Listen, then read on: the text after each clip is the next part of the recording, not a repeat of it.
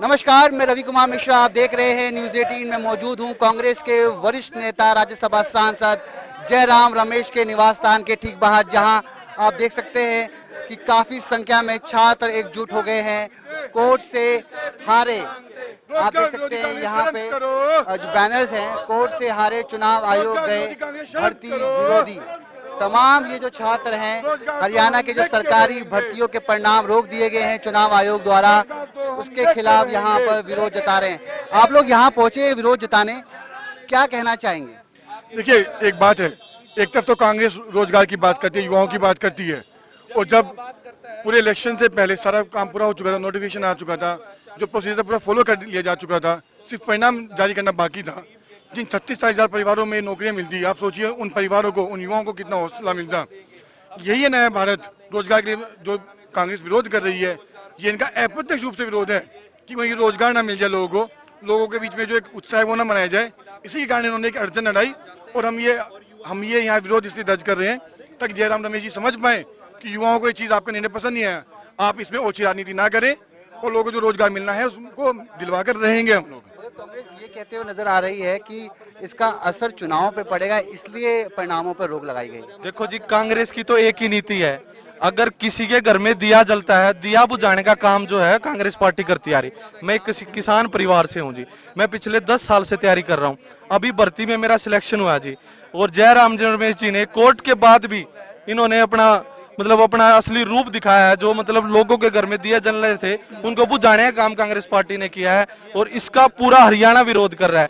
पहली बार ऐसा हुआ है कि कोई रोजगार में कोई बाधा डाल रहा है। देखिए, मैं इसमें एक बात को जोड़ना चाहूंगा, यदि बात सिर्फ चुनाव की होती तो क्या भाजपा सरकार इसको जल्दी जल्दी नहीं करवा सकती थी? लेकिन नहीं, ड्यू प्रोसेस फॉलो किया गया किसी एग्जाम को कराने में, ताकि किसी प्रकार की अनियमितता ना हो, कोई एग्जाम में कोई पेपर लीक ना हो। इस बात को ध्यान में रखते हुए ड्यू प्रोसेस फॉलो किया गया, जल्दबाजी नहीं की गई। राजनीतिकरण कांग्रेस कर रही है। तो अब आप लोग क्या मांग रखते हैं? हम सबसे पहले मांग रखेंगे, जो इन्होंने युवाओं की भर्ती रोकी है उसको पहले वो बिल्कुल जो एग्जैक्ट पूरा करना चाहिए, उन्हें पूरी पूर्ति करे। जो ये हमेशा बाधा डालती है कांग्रेस सरकार, इसका हमेशा रहा है युवाओं के साथ खिलवाड़ करने का। और जो युवा उनकी इतनी मेहनत करके इतनी वो नौकरी हासिल करने का वो काम करते हैं, उसके बाद ये बाधा डाल के उन्हें ऐसी उसमें गतिविधियों में डाल देते हैं, तो युवा परेशान नहीं होगा तो कहाँ जाएगा। आज हरियाणा सरकार इन युवाओं के साथ खड़ी होगी, युवा के साथ इलेक्शन का नोटिफिकेशन आने के बाद भी हरियाणा सरकार उनके साथ खड़ी है। लेकिन ये सरकार ने, कांग्रेस सरकार ऐसा काम करके मैं युवाओं को हमेशा उसमें डालती है, बाधाओं में डालती है। कहना है कि चुनाव के बाद परिणाम तो आ जाएंगे। देखिए, बात चुनाव के एक बात है, जब परिणाम आने ही है, अगर बात सिर्फ परिणाम अभी आने में क्या दिक्कत है? एक बात सोचिए, 1 अक्टूबर को गिनती वो मतदान होगा, 4 अक्टूबर को परिणाम आएगा, सरकार मंत्रिमंडल रहेगी, सब कुछ रहेगी। एक परिवार में जहां आज रोशनी जल सकती है, आप चाहते हैं 2.5-3 महीने बाद रोशनी जले इस परिवार में? उसके बाद जले। इन छात्रों ने बहुत सपने देखे, उन सपनों को पूरा करने के लिए मेहनत की, मगर जब परिणाम आने वाले थे तब इनके परिणामों को रोक दिया गया, क्योंकि चुनाव नजदीक है। आप क्या कहेंगे? एक युवा आज बेरोजगारी के दंश झेल रहा है। सबसे ज्यादा बेरोजगारी का रेट इस टाइम है। अगर इस टाइम युवा की नौकरी लग सकती है, सब कुछ हो सकती है, तो कांग्रेस पार्टी इस चीज को एक रोकथाम क्यों लगा रही है? इस टाइम आदमी 4 महीने में ओवर एज हो जाएगा, सब सुविधा आ जाएगी। जब टाइम पे नौकरी मिल रही है तो क्या दिक्कत है? क्या दिक्कत है? कांग्रेस पार्टी क्यों ऐसा कर रही है? तो आज युवा ओवर एज होता जा रहा है। किसी की 4 साल में तो भर्तियां निकल रही हैं। अगर भर्ती निकल रही है तो जोड़िंग जल्दी होनी चाहिए। समय को कांग्रेस पार्टी नहीं समझ रही है। आप लोग वो छात्र हैं जो परिणाम का इंतजार कर रहे हैं। आप लोग क्या किसी राजनीतिक दल से हैं? राजनीतिक दल से कोई नहीं है, सब हमारे भाई, हमारे गांव के एक बालक चाहता है कि आर्मी में भर्ती हो। भाई साहब से बात करेंगे। आप हमें बताएं कि क्या आप लोग मांग कर रहे हैं, क्या लगता है कि आपकी मांगों को पूरा किया जाएगा? हमारी मांग तो सीधी और डायरेक्ट है कि जयराम रमेश जी अपनी एक तो जो उन्होंने कंप्लेंट लगाई है वो उठाए। अब अगर युवा आज 25 साल 22 साल का युवा जब नौकरी लगेगा तो इनको क्या परेशानी होगी? राहुल गांधी जी हर जगह भाषण में बोलते हैं चुनाव पे इसका प्रभाव पड़ सकता है। चुनाव से पहले सारी की सारी भर्ती निकली हुई थी, चुनाव से पहले प्रक्रिया चली हुई थी, सारी की चीजें चुनाव की डेट आने से पहले निकली हुई थी।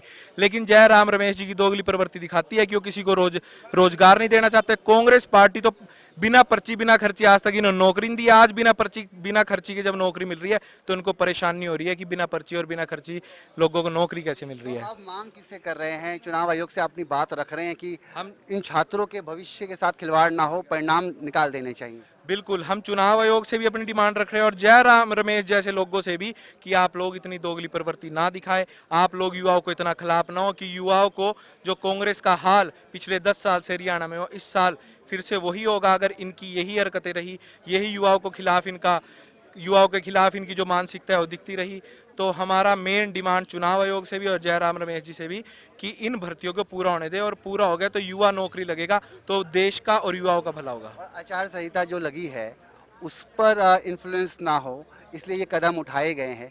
उन्हें क्या कहेंगे कि इस तरीके से इसका कोई प्रभाव नहीं पड़ते हुए नजर आ रहा आप छात्रों के अकॉर्डिंग?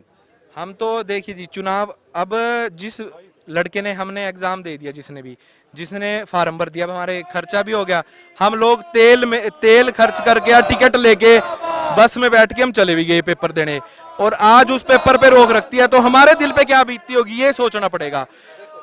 और आज अगर ये पूरी होती है भर्ती है तो युवाओं के लिए और युवाओं के परिवार के लिए, हमारी माताओं के लिए जो इतने साल से सोचती कि हमारा लड़का नौकरी लग के आएगा, कोई दिल्ली कोचिंग ले रहा था, कोई चंडीगढ़ कोचिंग ले रहा, रोहतक कोचिंग ले रहा था, तो उनके दिल पे क्या बीत रही होगी कि आज ये रोक लगी है। अगर ये भर्ती पूरी होती तो परिवार के परिवार खुश होते। ये सपने सिर्फ ना कि इन छात्रों के हैं, ये सपने इनके परिवार वालों के भी हैं, इनके माता पिता के भी हैं, जो ये अपेक्षा कर रहे थे कि भर्ती के परिणाम निकलेंगे और इनकी नौकरी लगेगी, मगर परिणामों पर रोक लगने के बाद ये छात्र काफ़ी नाराज और निराश दिखाई पड़ते नजर आ रहे हैं। जयराम रमेश के घर के बाहर नारे तो बुलंद हो रहे हैं, मगर क्या इसका असर चुनाव आयोग पर होगा?